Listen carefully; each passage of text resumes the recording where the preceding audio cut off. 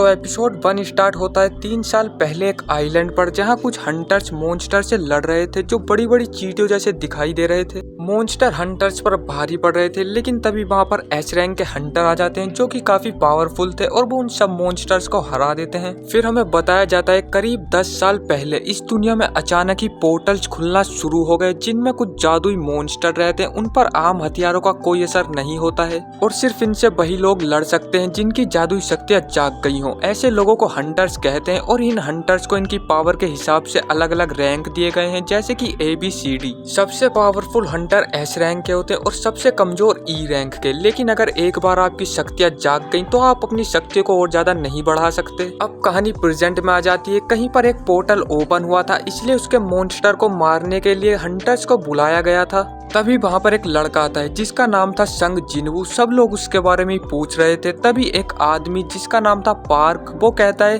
अरे ये कोई बड़ा हंटर है क्या? सब लोग इसके बारे में बात कर रहे हैं। जिस पर किम नाम का एक हंटर कहता है अरे काहे का पावरफुल, ये तो दुनिया का सबसे कमजोर हंटर है जो कि E रैंक के मिशन में भी घायल हो गया था। फिर जिनबू यहाँ एक जूही नाम की लड़की से मिलता है जो कि एक हीलर है और उसकी काफी फिक्र भी करती है। जिनबू उसे बताता है पिछले E रैंक मिशन में वो काफी ज्यादा घायल हो गया था और वहाँ पर कोई हीलर भी नहीं था, इसलिए वो काफी दिनों तक हॉस्पिटल में रहा। फिर सभी लोग उस पोर्टल में चले जाते हैं। दूसरी तरफ हम हंटर एसोसिएशन को देखते हैं जिसके प्रेसिडेंट गो अभी एक गवर्नमेंट के साथ मीटिंग करके आए थे।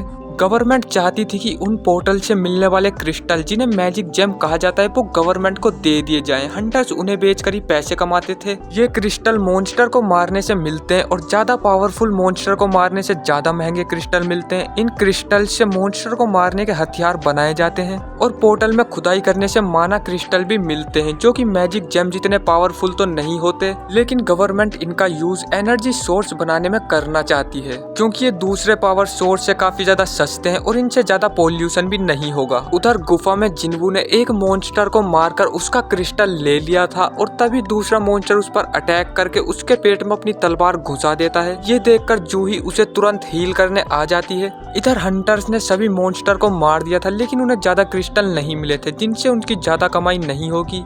तभी वहाँ पर उन्हें एक गुफा दिखाई देती है जो कि काफी अजीब बात थी। कुछ हंटर्स कहते हैं उन्हें हंटर एसोसिएशन को इस बारे में बता देना चाहिए, लेकिन बाकी बचे हुए हंटर्स कहते हैं कि उन्हें इस गुफा के अंदर जाकर बाकी मॉन्स्टर को भी मार देना चाहिए। इसलिए उनका कैप्टन बोटिंग का डिसाइड करता है, लेकिन बोटिंग टाई हो जाती है और अब सिर्फ जिनबू का बोट बाकी था। जिनबू सोचने लगता है अपनी फैमिली में वो अकेला कमाने वाला है, उसकी माँ हॉस्पिटल में और उसकी बहन को कॉलेज जाना है, इसलिए वो ये जोखिम भरा काम करता है और जिनबू भी सुरंग में जाने के लिए हाँ कर देता है। हंटर एसोसिएशन में इन्हें भर्ती होने के लिए एक टेस्ट देना पड़ता है जिससे इनकी पावर का पता चलता है और उसी से इन्हें रैंक मिलती है। फिर अलग अलग कंपनीज इन हंटर्स को हायर कर लेती हैं। इन कंपनीज को गिल्ड कहा जाता है। मिस्टर चोय भी एक गिल्ड के ओनर हैं। इनके गिल्ड में चाहिन नाम की एक हंटर थी जो कि काफी टैलेंटेड और खूबसूरत है। उधर गुफा में हंटर्स को एक दरवाजा मिलता है जिसे खोलकर वो अंदर जाने लगते हैं, जिसके बाद सभी हंटर अंदर चले जाते हैं, लेकिन उन्हें वहाँ पर कोई भी मॉन्स्टर नहीं मिलता, बस कुछ बड़ी बड़ी मूर्तियां रखी हुई थी।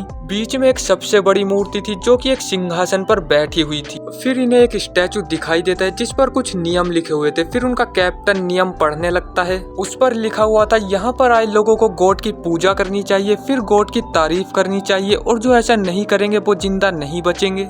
फिर जूही जिनवू से डरते हुए कहती है कि उसने उस मूर्ति की आंखें हिलती हुई देखी हैं। तभी वहाँ का दरवाजा बंद हो जाता है जिससे सभी लोग घबरा जाते हैं। तभी एक हंटर यहाँ से भागने की कोशिश करता है, लेकिन जैसे ही वो दरवाजे को छूता है उसके पास वाला स्टैचू अपने कुल्हाड़ी लेकर उसके 2 टुकड़े कर देता है। ये देखकर सभी लोग काफी ज्यादा डर जाते हैं। फिर जिनवू अपने पीछे वाली मूर्ति देखता है जिसकी आंखें सच में हिल रही थी, इसका मतलब वो स्टैचू भी जिंदा था। तभी जिनवू नोटिस करता है कि उस स्टैचू की आंखें लाल हो गई हैं और ये देखते ही वो सबको झुकने के लिए कहता है, लेकिन एक हंटर वहीं जलकर राख हो जाता है। जिनवू सोचने लगता है कि यहाँ से बाहर जाने का कोई रास्ता नहीं है और वो भी यहीं पर अब मारा जाएगा और यह एपिसोड यहीं पर खत्म हो जाता है।